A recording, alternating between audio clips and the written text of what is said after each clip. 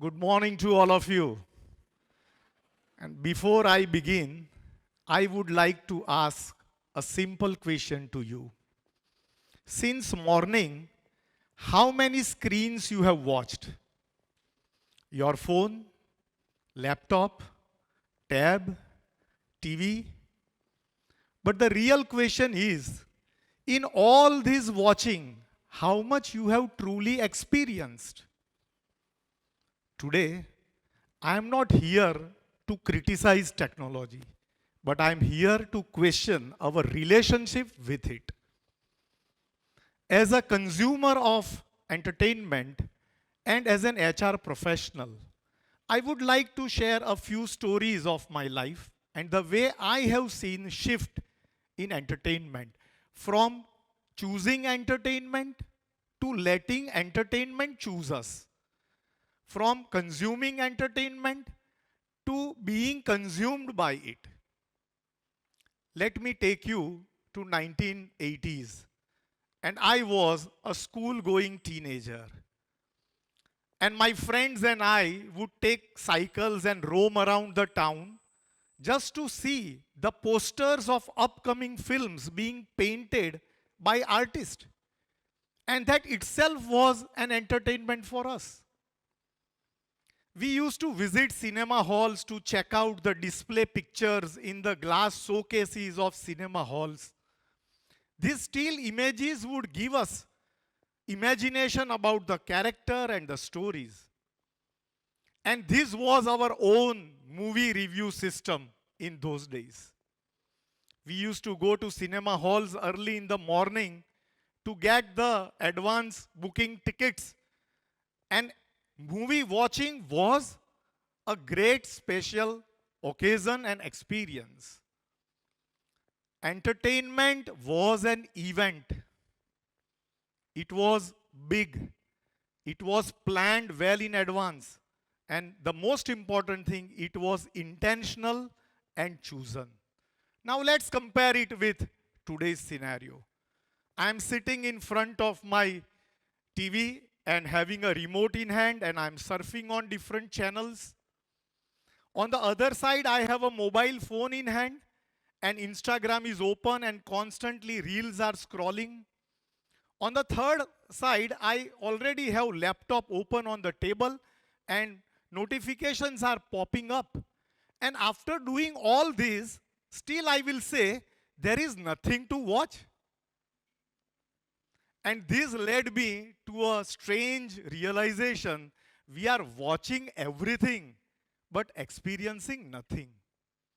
There was a time when entertainment was one screen, full attention. Now we have so many screens but no attention. I remember listening to Binaka Geet Mala on Wednesday nights. And we used to wait for that night throughout the week. The next day, we would even discuss it with our friends in school. And I clearly remember that live commentary of India versus West Indies World Cup final match. And that famous sketch of Kapil Dev that is etched in my memory, not as an image, but in words. And when my father bought National Panasonic tape recorder, it was not just a gadget, it was a dream come true. And I used to create a list of songs and got it recorded in the studio.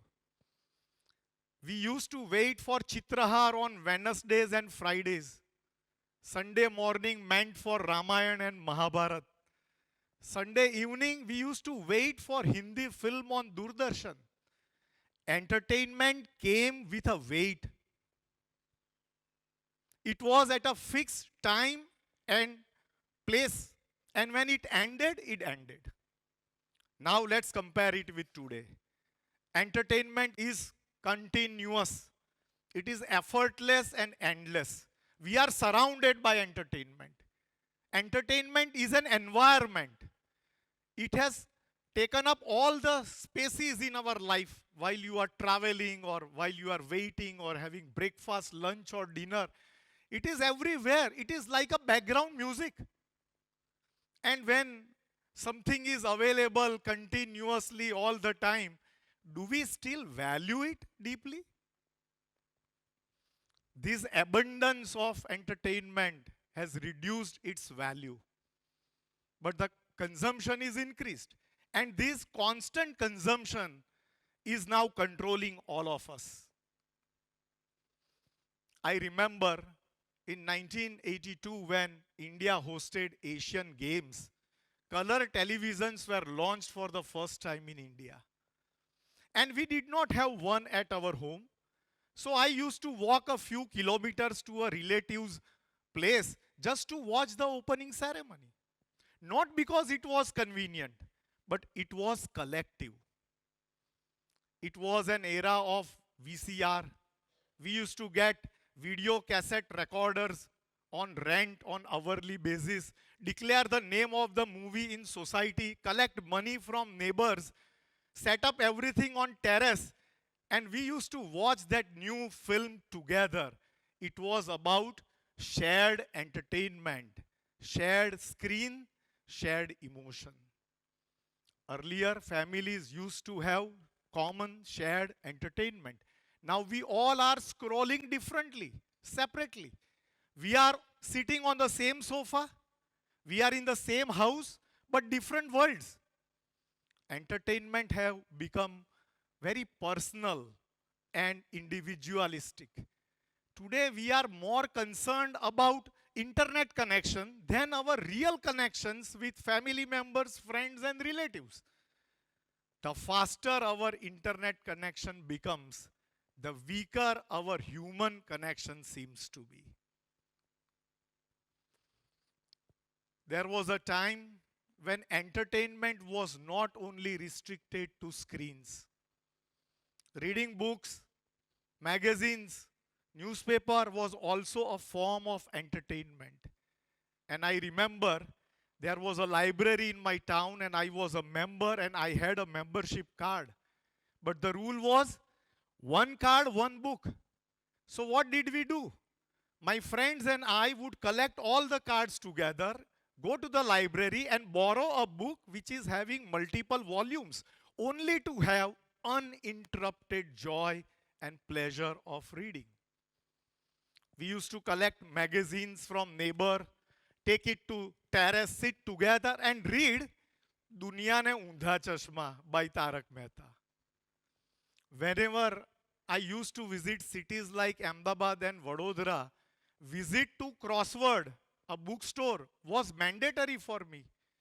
And this led me to a great realization that reading is much more better than the instant pleasure that we get from entertainment.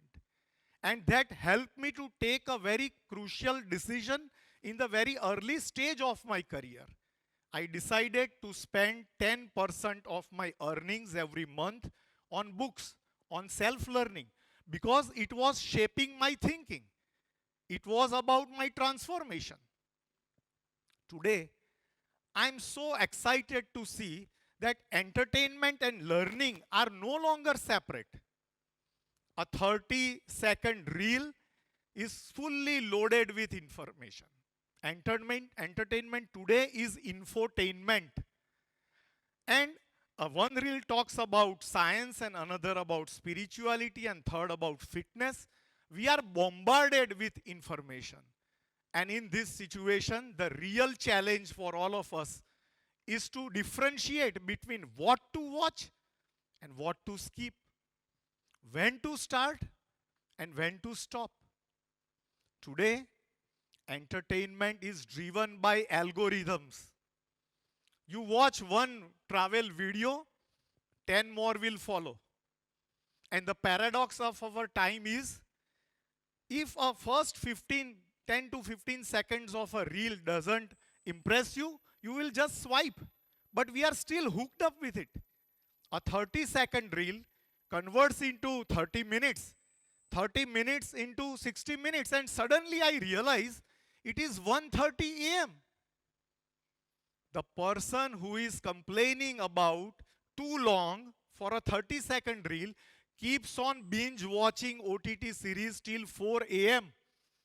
And I have also done the same thing, watching OTT series in one go up to 4 a.m. and next day getting up late with a quiet guilt and the same familiar promise to self that next time I will control myself more. So if entertainment is driven by algorithms, are we really using entertainment as a product or are we the product? No patience for 30 seconds reel, but endless patience for addiction. It was a time when entertainment was about real friends, meeting them really. It was about real grounds and real games, not virtual games. And I realized that real experiences are much more powerful than short term entertainment. A reel can give you dopamine, but real experience are with us for a longer time. And I was in love with adventure activities like trekking and rock climbing. And I was connected with nature and wildlife. And I realized that the real experiences are much better than short lived entertainment. And when I decided to go for Everest Base Camp expedition in 2022, 17 days, and it was a tough call, months of preparation, physical discomfort, mental resilience, and even during the journey, it was exhausting. Many a times I thought of quitting, but finally, when you reach to that highest point, the feeling is so amazing and so big than the shorter forms of entertainment. Reels are short term, but real experiences are lifetime. Working with people and observing human behavior for more than 28 years, I have noticed a very critical shift in entertainment. And that is a concern for me. And we must need to think how we will handle and address this issue. Today, everyone is a creator. Anyone having a smartphone in hand, anyone having account on Facebook, Instagram and YouTube is a creator. We just don't want to watch reels. We want to create them. We want to upload them. And we want others to watch it. I have observed in many social occasions, parties, festivals, when people are traveling, they are so engaged in clicking selfies and making reels or videos only to upload it later. But in the whole process, they are missing out the joy of the present moment. Number of likes, shares, and comments have become a new benchmark of success and achievement in life. And of course, this increase in urge of sharing things online is increasing self-comparison and FOMO. Our attention span has definitely reduced, but attention seeking is increased. Today, I also notice that we are judged by our choices. The type of playlist I have and the kind of humor I watch on in memes is labeling me. It is defining me. I have to follow some particular artist only because my friends are following it. I have to go for some international music show only because I don't want to be feel judged and I don't want to feel that I am left out.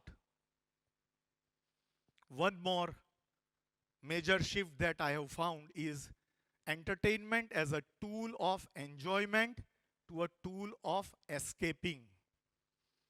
I am not interested to watch anything, but still I have become binge browser and binge watcher. And I keep on browsing and watching only because I don't want to feel bored or anxious or uncomfortable. Entertainment is a great servant, but when it becomes constant, continuous, effortless, and endless, it becomes a dangerous master. Entertainment is not the villain, but mindless consumption is. So today, how can we address this issue? What can we do? Let me share a simple technique that I use in my life. Before starting anything, I ask 3 questions to myself. Number 1, why should I watch it? Number 2, for how long will I watch it? And number 3, what will I gain out of it? If I have clear answers, I will continue. If I don't have any answer, I will stop. Not because entertainment is bad, but because mindless, unconscious consumption is dangerous. So, the question here today is not what are you watching? The real question is who is watching whom? So today night when your mobile screen just lights up, don't just click. Take a pause and think, am I choosing this moment or I am surrendering to it? Because finally, it is not about the screen time, it is about the lifetime. Thank you. Thank you.